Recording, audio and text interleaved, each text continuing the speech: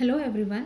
आज हम बात करेंगे लिक्विडेटेड एंड अनलिक्विडेटेड डैमेजेस के बीच में डिफरेंस के बारे में। आपने इन टर्मिनोलॉजीज़ को सिविल लॉ में ज़रूर सुना होगा, जहाँ पे आप देखते हैं कि एग्रीव्ड पर्सन जो होता है वो किस चीज़ के लिए एंटाइटल्ड होता है, कॉम्पनसेशन या फिर डैमेजेस के लिए।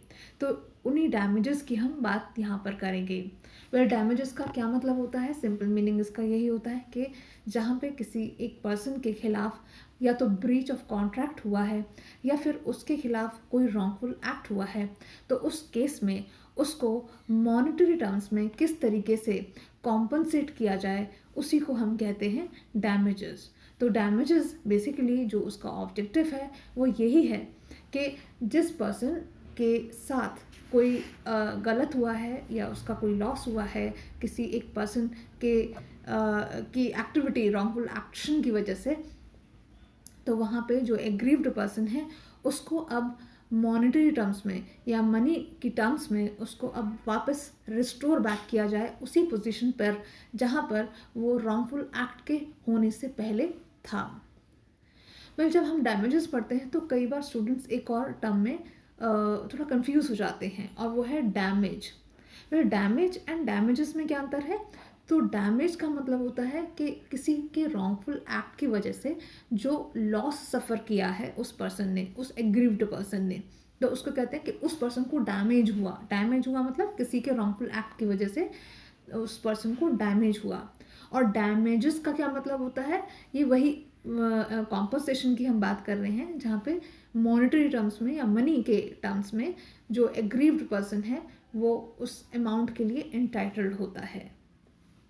अब देखते हैं कि इन दोनों टर्म्स यानी कि लिक्विडेटेड एंड अनलिक्विडेटेड डैमेजेस के बीच में क्या अंतर है।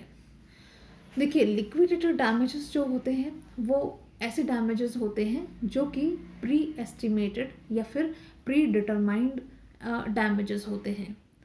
तो ये इस तरीके के जो डैमेजेस होते हैं ये तब होते हैं जब जनरली जैसे दो लोगों ने कॉन्ट्रैक्ट किया, वो कॉन्ट्रैक्ट में एंटर करते हैं, और वो कॉन्ट्रैक्ट में एंटर करते टाइम पहले से ये डिटरमाइन करके चलते हैं, ये डिसाइड करके चलते हैं कि अगर दोनों पार्टीज़ में से किसी ने भी, यानी कि डिफ़ॉल्टिंग पार्टी जो है, अगर वो ब्रीच ऑफ कॉन्ट्रैक्ट करती है, तो जो नॉन डिफ़ॉल्टिंग पार्टी है या जो एग्रीव्ड पर्सन है उसको एक प्री एस्टिमेटेड अमाउंट, यानी कि जो कॉन्ट्रैक्ट बनने के टाइम पर वो ऑलरेडी डिसाइड कर चुके हैं।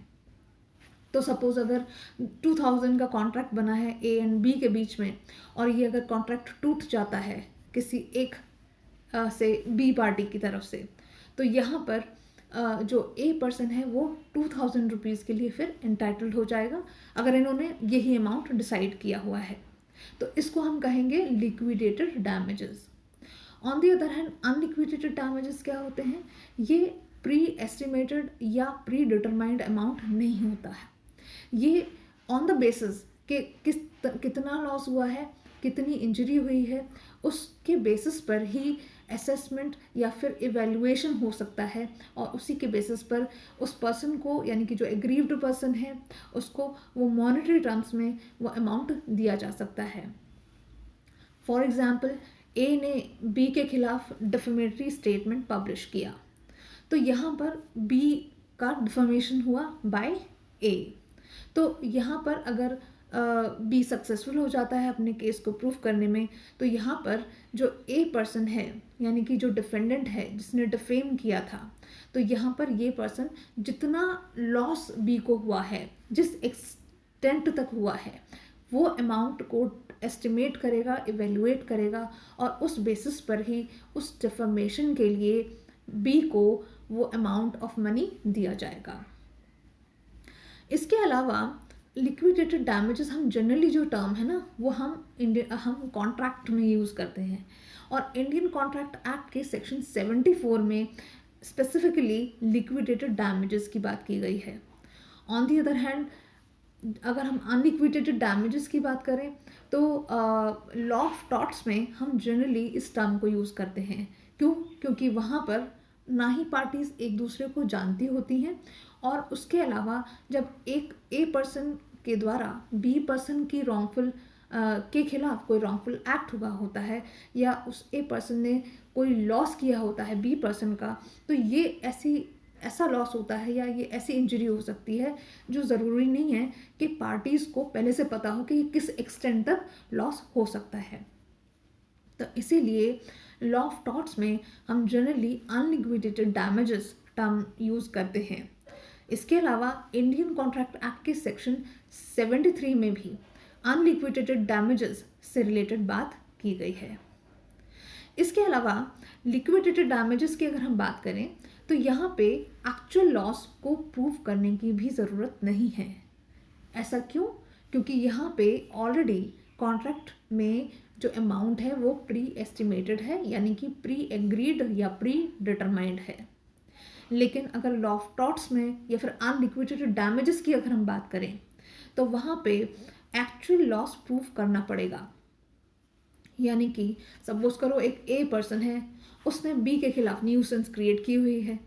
अब यहाँ पे बी के खिलाफ जो उसने न्यूसेंस क्रिएट की है ना, यहाँ पे बी को ये प्रूव करना पड़ेगा कि उस न्यूसेंस से, पहले चीज़ तो न्यूसेंस क्रिएट करी गई है और वो कंटिन्यूअस नेचर की है और उस न्यूसेंस से बी को लॉस हुआ है, तो वहाँ पर उसको एक्चुअल लॉस प्रूव करना पड़ेगा। तो उस बेसिस पर ही उसके अनलिक्विडेटेड डैमेजेस को एवेलुएट या एसेस किया जाएगा कोर्ट के द्वारा।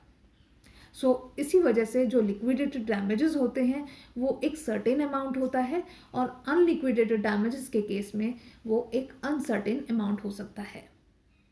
आई होप आपको इस छोटी सी वीडियो से दोनों डैमेजेस के बीच में डिफरेंस समझ में आया होगा। Thank you so much for watching this video.